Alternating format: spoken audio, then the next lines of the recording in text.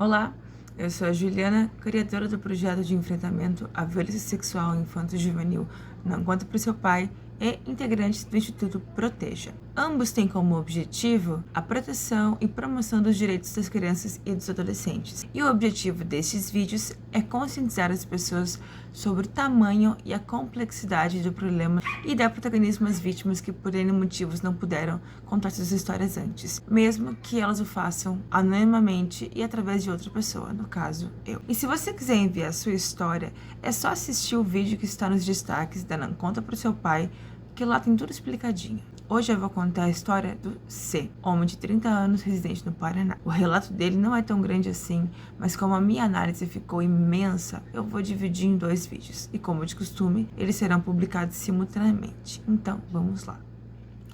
Olá! Bom, a minha história começou quando eu tinha por volta de 5 a 6 anos, não lembro com certeza, mas minha família de origem, pai e mãe, nós fomos no almoço de domingo, era alguma comemoração, eu era um menino muito alegre, feliz, ligado no 220 mesmo.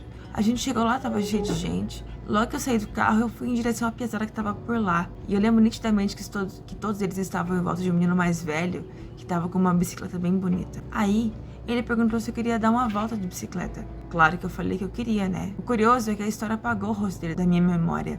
Eu não consigo definir se era um primo, se era um amigo. Assim que eu subi na bike, ele me levou a uns 100 metros da casa onde a gente estava. Me parece que os outros 2 meninos sabiam o que ia acontecer. Ele parou a bike perto de uma mata.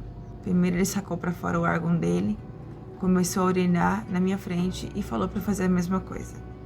Na sequência, ele me mandou deitar de bruços porque ele queria me mostrar uma brincadeira nova que, segundo ele, eu ia gostar muito.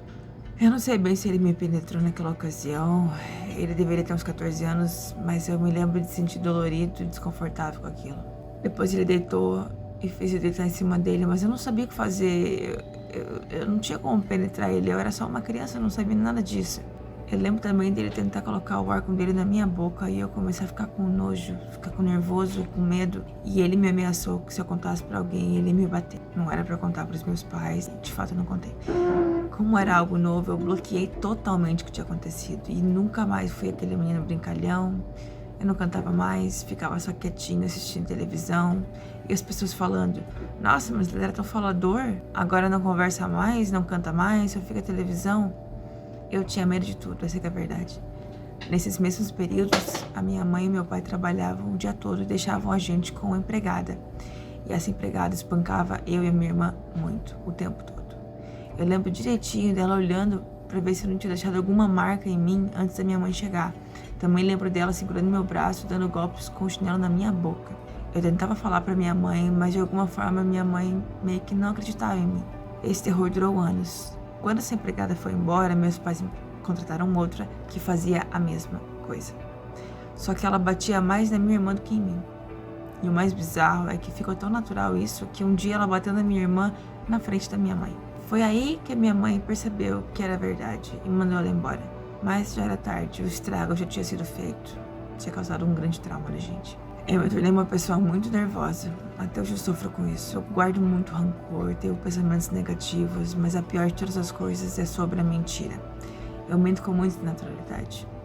Isso acaba me corroendo porque eu já menti para as pessoas que eu amo. Eu tento ser o mais correto possível.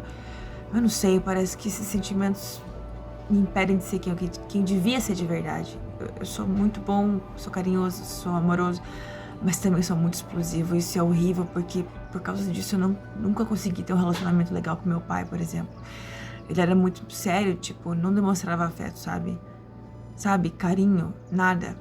Eu era um ótimo pai, um maravilhoso pai, mas eu era carente de afeto e isso ele não me dava. Às vezes eu penso que as coisas não dão certo comigo, parece que eu não consigo um bom emprego. Eu já tentei vaga numa empresa que era de uns amigos meus, parece que só eu não consigo as coisas. Aí vem os pensamentos negativos, eu não me abro com facilidade, não sorrio com facilidade, não gosto de sair de casa muito, me sinto desconfortável, logo vou embora, até mesmo entre os meus amigos. Eu saio muitas vezes à francesa e sempre acabo causando uma má impressão por causa disso. Eu acabei demorando para ter relações com as meninas quando eu tava ali com os meus 14 anos. Sabe aquela fase em que os seus amigos já estão na correria atrás de meninas e beijando e ficando e tal, alguns até perdendo a virgindade? Pois é. Não que eu não quisesse, é claro que eu queria. E até tiveram algumas oportunidades, que se eu não tivesse sido tão tongo, eu teria acontecido alguma coisa. Mas eu tinha muito medo de não saber como lidar com a situação, sabe? Alguma coisa me impedia de evoluir nesse aspecto. Quando eu ainda era novinho, com uns 8 anos, achando que isso era apenas uma brincadeira, eu acabei também fazendo a mesma coisa com um amiguinho da mesma idade com uma priminha. Mas na maior inocência, sem malícia, sem maldade, eu juro. Só quando eu cheguei ali nos meus 11 ou 12 anos que eu fui saber que aquilo era errado.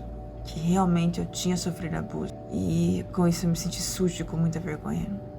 Eu pensava que as pessoas soubessem me chamar de gay. E isso me torturou por muito tempo. E ainda tive alguns momentos que morro de vergonha na vida. Problemas com pornografia, por exemplo.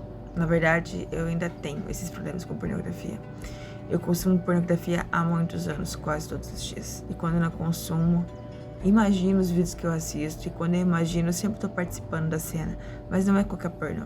É pornô envolvendo travestis. Eu conheci o pornô com travestis aos 19 anos. Depois que eu passei pelo pornô convencional, ele perdeu a graça. Daí eu parti pro pornô com lésbicas e também não achei grande coisa. Até que um dia, por acaso, eu encontrei pornô com mulheres e travestis, que é o que eu gosto, mas eu me sinto muito mal por gostar disso, porque eu não sei quem eu sou, porque eu me sinto gay. E isso afeta muito a minha autoestima. Embora eu não goste de pornô entre homens e tenha até nojo de ver 2 homens se beijando, eu queria parar.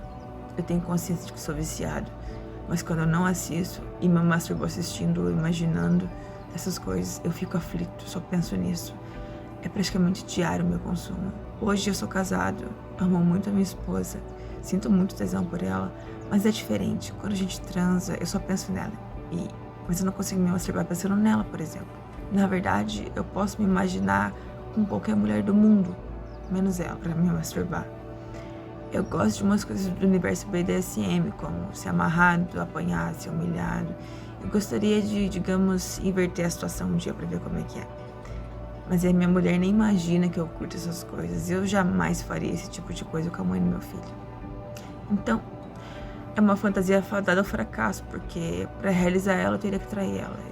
E isso eu não vou fazer. Já tive 2 experiências com travestis. Na época eu não era casado ainda, mas eu não curti. Eu gosto mesmo de assistir, e só isso já é o suficiente para fazer eu me sentir sujo. Penso que se eu não tivesse passado pelas experiências que eu passei lá na minha infância, os abusos, eu não gostaria dessas coisas hoje. E eu sempre fico imaginando como é que seria se eu não tivesse sido abusada. Mesmo sabendo que isso acontece com tanta gente, eu não gostaria que tivesse acontecido comigo. E não desejo isso pra ninguém. Eu tenho a impressão que, embora eu não tenha coragem de me suicidar, eu não tenho medo de morrer, sabe? Muitas vezes eu penso em quanto a vida é chata, mesmo sabendo o quanto é maravilhoso viver. O pessimismo tá sempre ali, parece que ele sempre caminha comigo. E eu tenho certeza que se eu não tivesse passado por aquelas coisas, tudo seria diferente. Se eu sou depressivo, eu não sei. Acho que não, eu sou resiliente. Estudei, me formei, não dei trabalho para os meus pais. Vivo a vida, hoje tenho a minha família. Mas cuido dos meninos. As pessoas acham que os abusos só acontecem com as meninas, mas isso é uma mentira enorme. Toda criança é vulnerável e nem sempre os pais conseguem proteger as crianças 100%. Já tentei numa psicóloga, mas desisti na 3ª vez. Eu não sei se mudaria alguma coisa, mas me sinto melhor agora em contar essa história. É isso.